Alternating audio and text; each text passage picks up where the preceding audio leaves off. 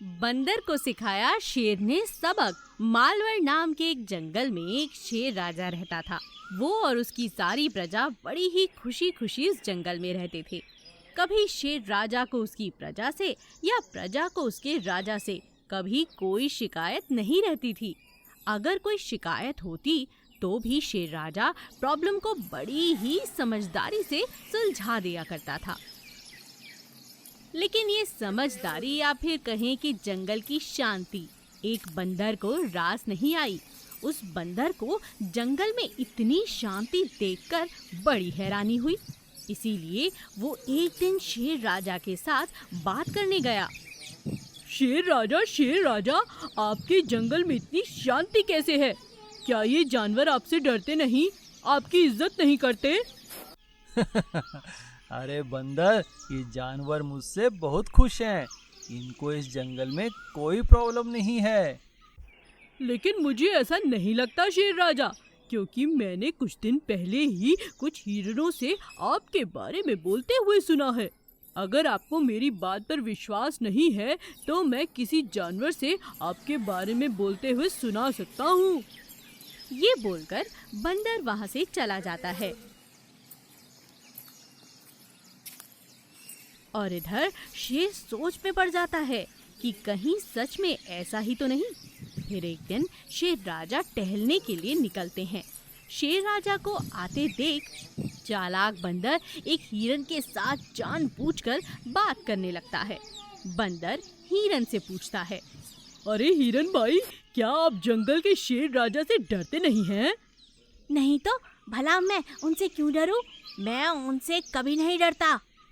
शेर राजा हिरन की ये बात वहाँ रुककर चुपके से सुन लेता है और आगे चला जाता है। थोड़ी देर टहलने के बाद शेर राजा अपनी गुफा में जाकर बैठ जाता है। तभी वहाँ पर बंदर आ जाता है और शेर राजा उससे कहता है, अरे बंदर, तुमने जो कहा था वो एकदम सच है। मुझसे कोई नहीं डरता और ना ही कोई मेरी इज्जत करता है। यही तो मैं कहना चाहता था कि कोई आपकी इज्जत नहीं करता और ना ही कोई आपसे डरता है। इसीलिए अभी मैं जो आपसे कहूँगा वही आप कीजिए। आप खुद कभी शिकार मत कीजिए। किसी जानवर को बताइए कि वो आपके लिए शिकार लाए। आज से तुम ही मेरे सलाहकार रहोगे। बदले में मैं तुम्हें मुफ्त में खाना दूंगा। शेर राजा वैसे ही करता है जो बंदर उससे करने के लिए कहता है। दूसरे दिन से शेर राजा कभी लोमड़ी को तो कभी भालू को अपने लिए शिकार लाने को कहता है। शेर राजा का ये बदलता हुआ मिजाज देखकर सभी जानवर बड़े परेशान हो जाते हैं और शेर राजा का मिजाज इस तरह से बदलने के पीछे का राज खोजने की कोशिश करते हैं। इस काम में एक लोमड़ी सामने आती है और कहती है, शेर राजा का व्यवहार आखिर क्यों बदल गया? इस बात का पता लगाकर रहूंगी मैं। दूसरे दिन से वो लोमड़ी शेर राजा की गुफा पर नजर रखती है और शेर राजा से जो कोई मिलने आता है उसकी बातें सुनती है। तभी वो एक दिन बंदर को देखती है। वो बंदर शेर राजा से कहता है, देखा शेर राजा, अभी आपको शिकायत करने की कोई जरूरत नहीं। आप राजा हैं और आप राजा जैसे ही जी रहे हैं। सभी आपसे डरते हैं और आपकी इज्जत भी करते हैं। सही कहा तूने बंदर। अच्छा हुआ तुमने मुझे ये सलाह दी।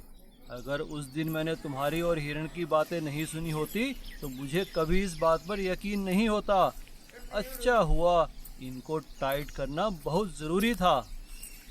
लोमड़ी ये बातें सुनकर वहाँ से चली जाती है और सुनी हुई बातें सब जानवरों को बताती है।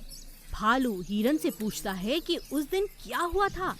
हिरन कहता है, अरे भालू, उस दिन वो बंदर मेरे पास आया और मुझसे पूछने लगा कि तुम्हें कभी शेर राजा से डर नहीं लगता क्या? तो मैंने कहा कि भला मैं उनसे क्यों डरूं? मैं उनसे कभी नहीं डरता।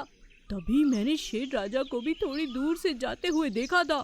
लेकिन उसके बाद मैंने कहा था कि हमारे शेर राजा बहुत अच्छे हैं, हमारा ख्याल रखते हैं, तो उनसे डरने की क्या ज़रूरत है। अच्छा तो ये बात है, उस बंदर ने चालाकी से शेर राजा को गलतफहमी में डाल दिया है। फिर सारे जानवर उस बंदर को सबक सिखाने की ठान लेते हैं इस काम के लिए वो उसी हिरन को चुनते हैं। एक दिन जब शेर राजा टहलने निकलते हैं तो हिरन बंदर से बात करता है। अरे बंदर भाई, उस दिन तुमने मुझसे शेर राजा के बारे में जो बोलने के लिए कहा था मैंने बोला, लेकिन वादे के मुताबिक तुम मुझे खाना दिलवाने वाले थे, वो आज तक तुमने नहीं दिलाया और मज़े से शेर राजा के पास मुफ्त में रोज़ खाना खा रहे हो। तभी शेर राजा उछलकर बंदर को पकड़ लेता है और कहता है, अच्छा, तो ये तुम्हारी चाल थी ताकि तुम्हें बिना मेहनत के खाना मिल सके। चल बंदर, आज के बाद तुम्हें खाने की कोई ज़रूरत नहीं, क्योंकि आज के बाद खाना खाने के लिए तुम जिंदा नहीं बचोगे। इस तरह से चालाक बंदर शेर को उल्लू बनाते बनाते खुद शेर की हाथों मारा जाता है।